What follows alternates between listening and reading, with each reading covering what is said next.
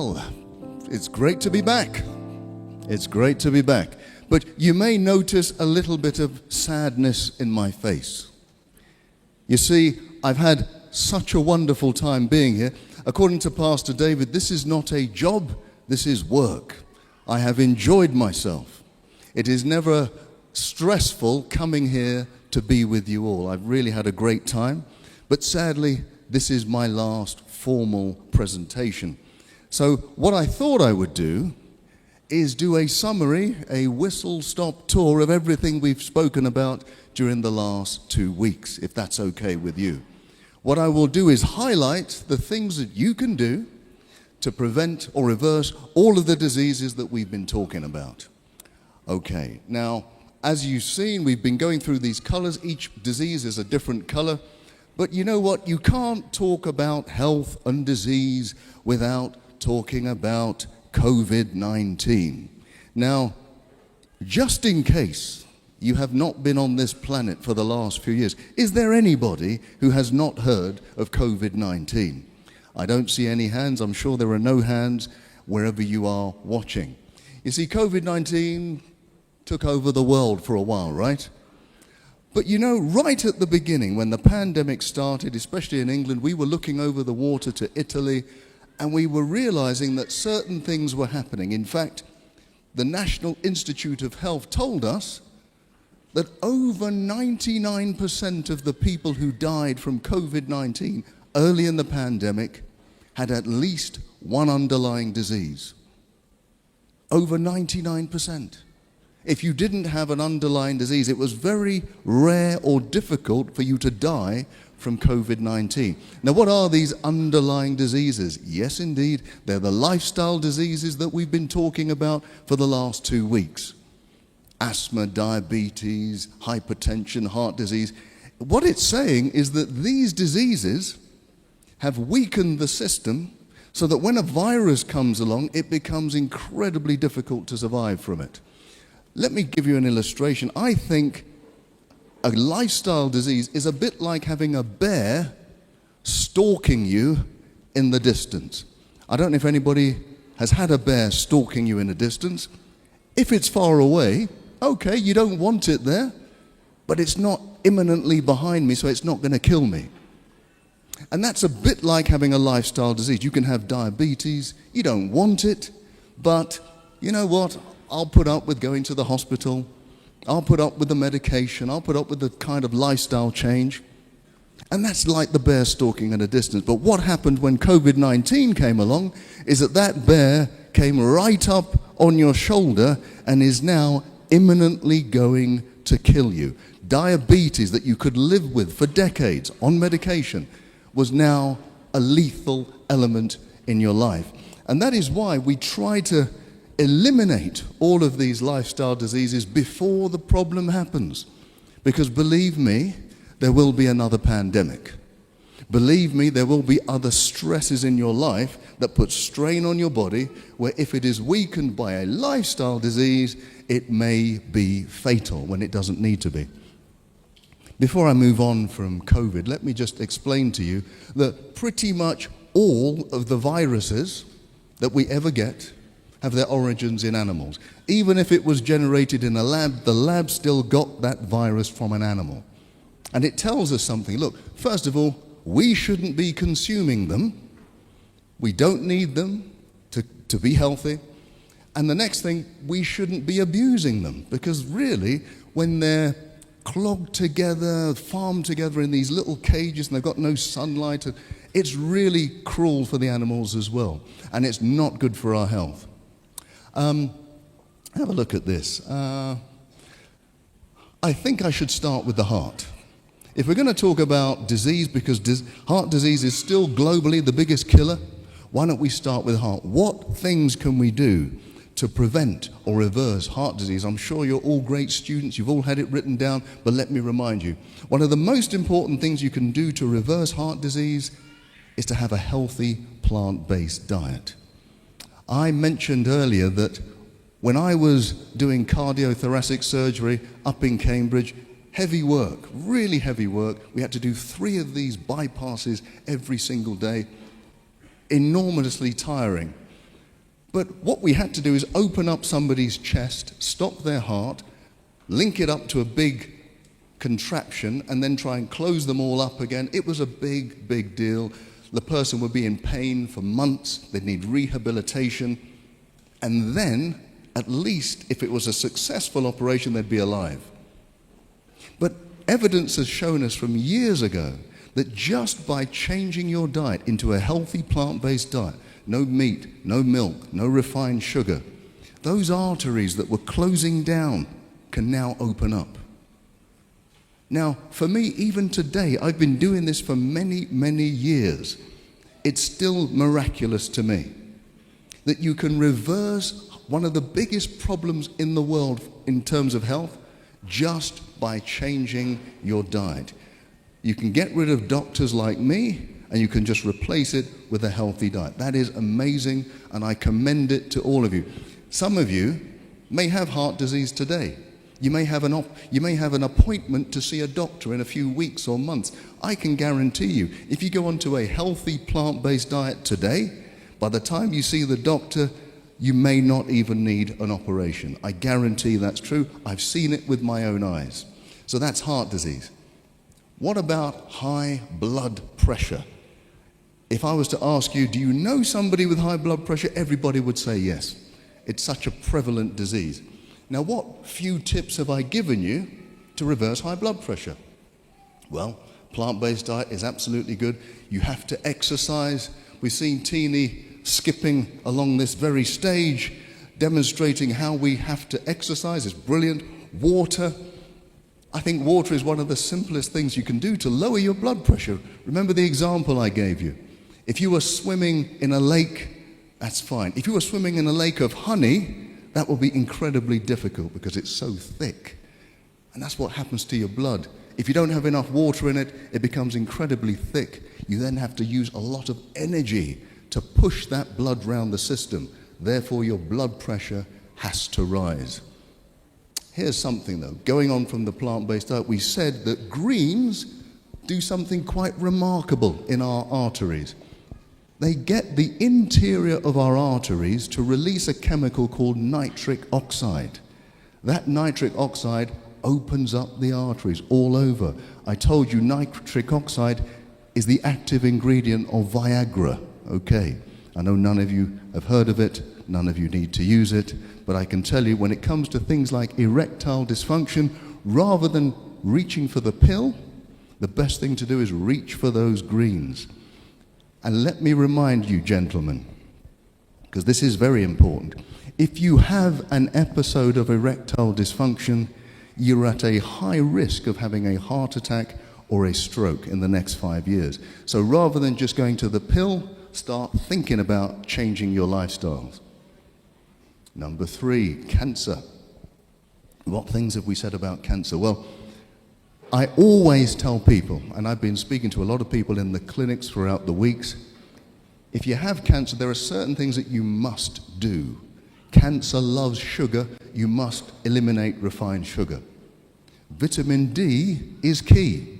You must have high levels of vitamin D. I recommend 20,000 units per day. Along with that, vitamin C, high dose. I have seen with my very own eyes people on high doses of vitamin C having their cancer reversed. We cannot guarantee it. Don't quote me. You can't guarantee it. But I have seen people on high doses of vitamin C have their cancer reversed. And remember, if you do have cancer, you must seek medical advice. I told you earlier during the week that those people who just say, I just want to go the natural route, often they don't survive. What you must do is seek medical attention and do the lifestyle, and then you have the best possible chance of surviving cancer. Medical attention alone does something, but it doesn't do everything. I remember when I used to be in the hospitals, the doctors would treat you for cancer and then allow you to eat the same foods that would cause cancer. That doesn't make any sense. So hospital treatment is good, but match that with lifestyle change, you've got a great chance of getting through, honestly. Now, what else can you do for cancer? I always say you should spice up your life. Spice up your life. Spices are really the keys to a healthy lifestyle too. They're like nature's natural drugs. The more spices you have in your life, the better your cells are going to be. Turmeric, most of us have heard of turmeric. It's a powerful antioxidant. And if you take away the oxidation of your cells, it reduces the risk of cancer. Ginger is like it. It's also anti-inflammatory. Cinnamon is brilliant. Cinnamon, not only does it lower your blood sugar, which if you have low blood sugar, the cancer doesn't grow too well, but cinnamon is brilliant in terms of fighting off viruses. In fact, they discovered this over 100 years ago. The women who harvested the cinnamon bark never got measles, never got tuberculosis.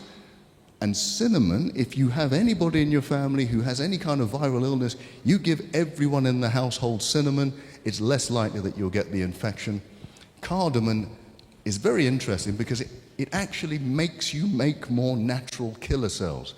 They have a lethal name, but they do an awful lot of good. They're the white blood cells that defeat cancer. Diabetes. How do you beat diabetes? Definitely you need a healthy plant-based diet. But what else do we need to do? We should, every time you go for a meal and you're a diabetic, as you put your fork down, you should get up and go for a walk. Get up and go for a walk. What does that do? Well, as you're walking, you're using the big muscles in your body.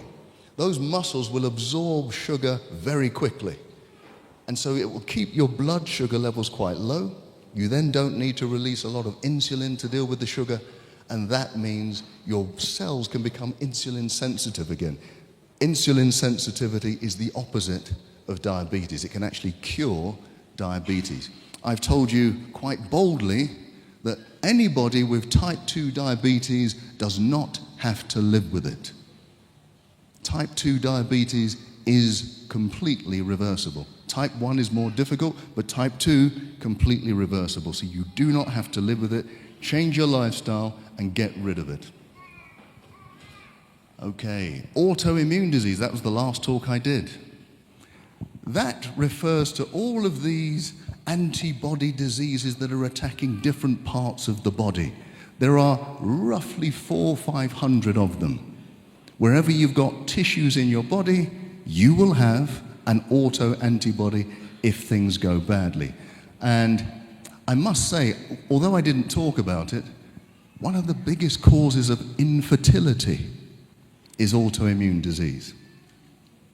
Now, I know people go to the hospital for IVF treatment, absolutely, but rarely do they get to the bottom of what is the problem.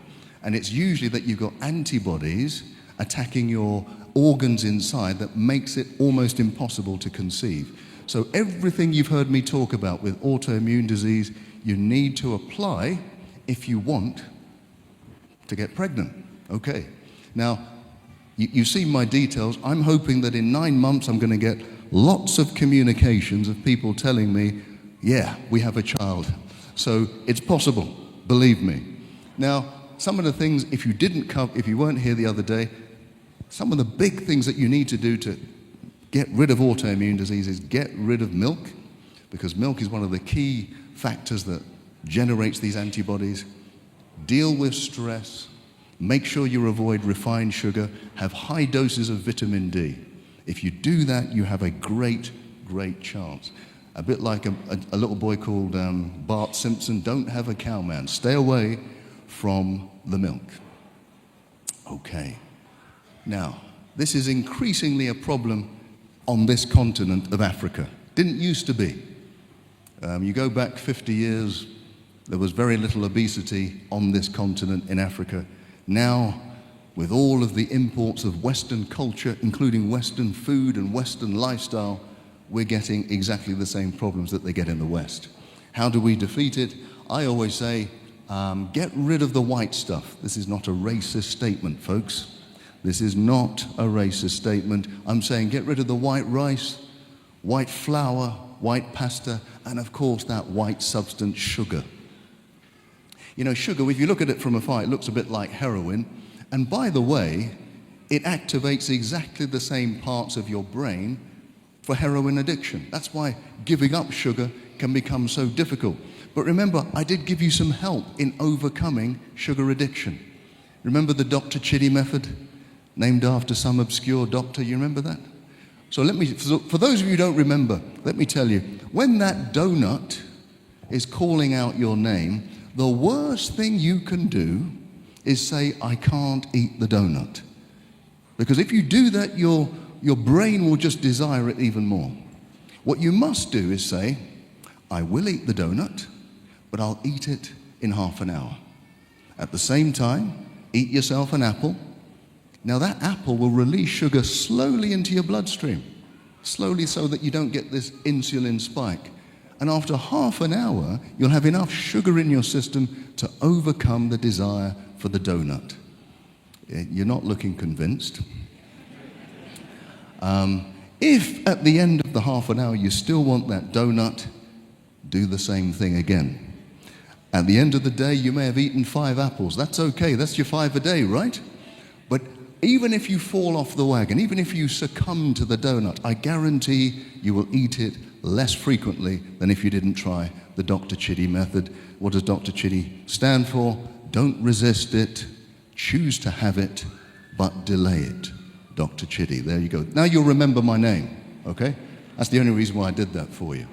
But seriously, sugar has been a serious business, especially on this continent. We used to be slaves for sugar, now we're slaves to sugar. We need to get rid of the sugar, absolutely. Now, we must not forget dementia. Okay, some of you understood what I was talking about. We must not forget dementia. Okay, I can hear one person, they've understood. Right, dementia, for me, is now one of the most feared diseases around. When I was younger, a younger doctor, it used to be cancer. But now dementia, losing your memory, losing your personality, nobody wants that. It's a fearful thing.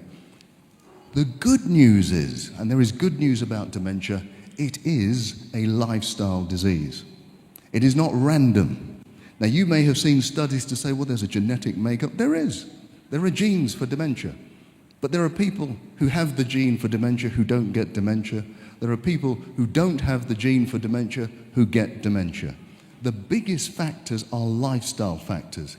So for example, you will know that if you have high blood pressure, that's a risk for dementia. If you're obese, if you're diabetic, and the biggest risk is long periods of stress in your adult life. If you do not know how to manage stress in your adult life, that is the biggest risk factor for dementia. So we're going to need to know how to manage the stress. We're also going to have to change our lives, so make sure we have the right diet. There's been lots of studies done. On this continent, actually, there's been a Nigerian study which showed that the more berries you have in your diet, the less likely you are to have Alzheimer's. It's even more significant than that.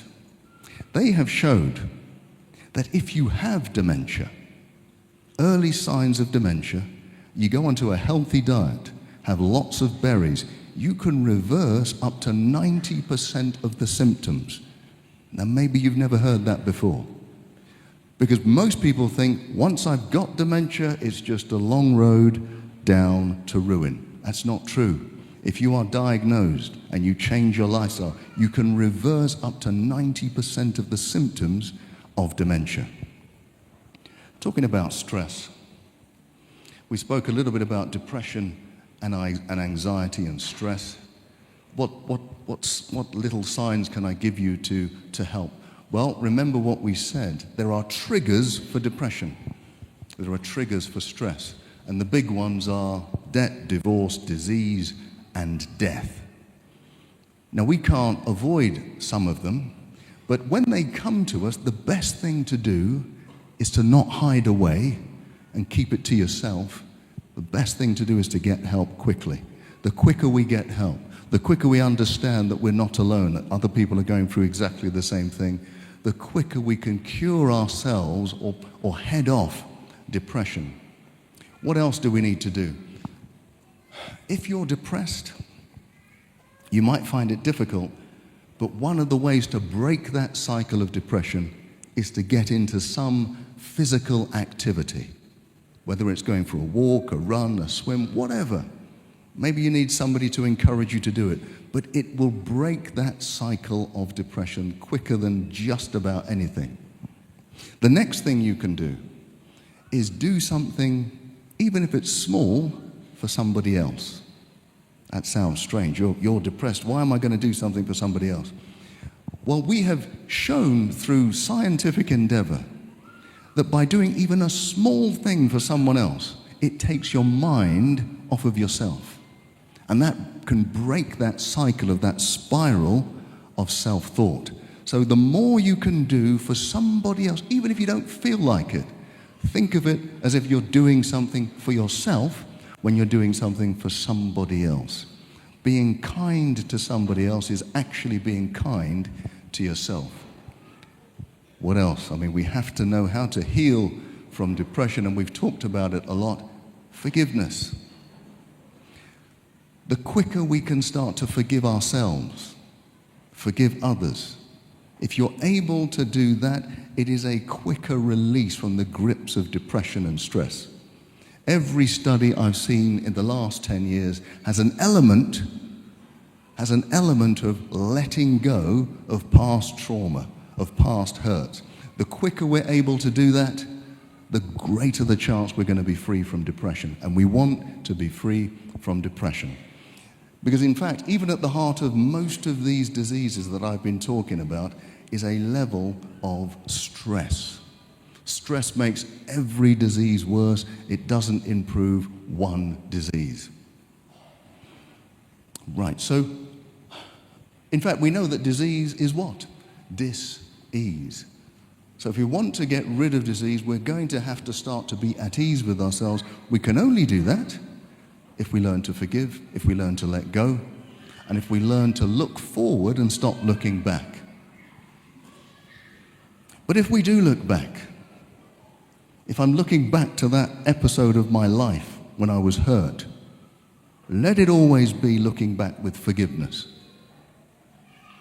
Let it never be looking back with hurt and bitterness and anger. Let it always be that I'm looking back with forgiveness. When we look forward, the reason why we're here, this is hope for Africa, right? When we look forward with hope. Because there is always hope when you are in the presence of the Lord Jesus Christ. There is always hope. It doesn't matter where you find yourself. You could be in the darkest prison. And that could be a physical prison or an emotional prison. We should always be looking forward with hope. When we look down, and by looking down, I'm telling you that there are people that are in need of your help, people who don't have quite as much as you. It may not be money, it may be just a smile, it may be some company, it may be anything. When we're looking down, may we always look down with compassion, because that compassion doesn't just help the person you're helping, it actually helps us too. And finally, the final place to look is to look up, and to look up with gratitude. Wherever we find ourselves to be, let's remember that God has got us here. He will get us out of wherever we are, and He has a great future in store for all of us. We should be full of hope. We should be full of gratitude, because we serve a mighty God. He will never leave us. He will never abandon us. It doesn't matter if everybody abandons us. He never will. Let's be grateful for that.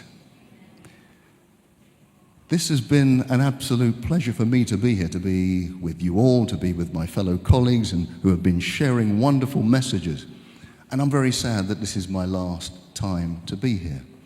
But what I do know is what we have done here and what we have left here is a massive hope for the whole continent. Wherever you're watching, whichever country, I know it's even beyond Africa, I'm going to leave you with hope. Whatever illness you find yourself in, there is always hope.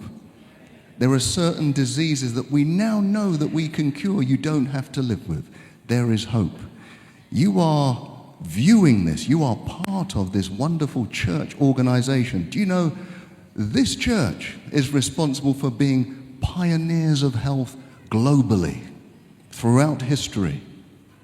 I would encourage you to remember that you are children, men and women, of hope. I look forward to seeing you again one day, if not here, in the earth made new and in heaven. Amen.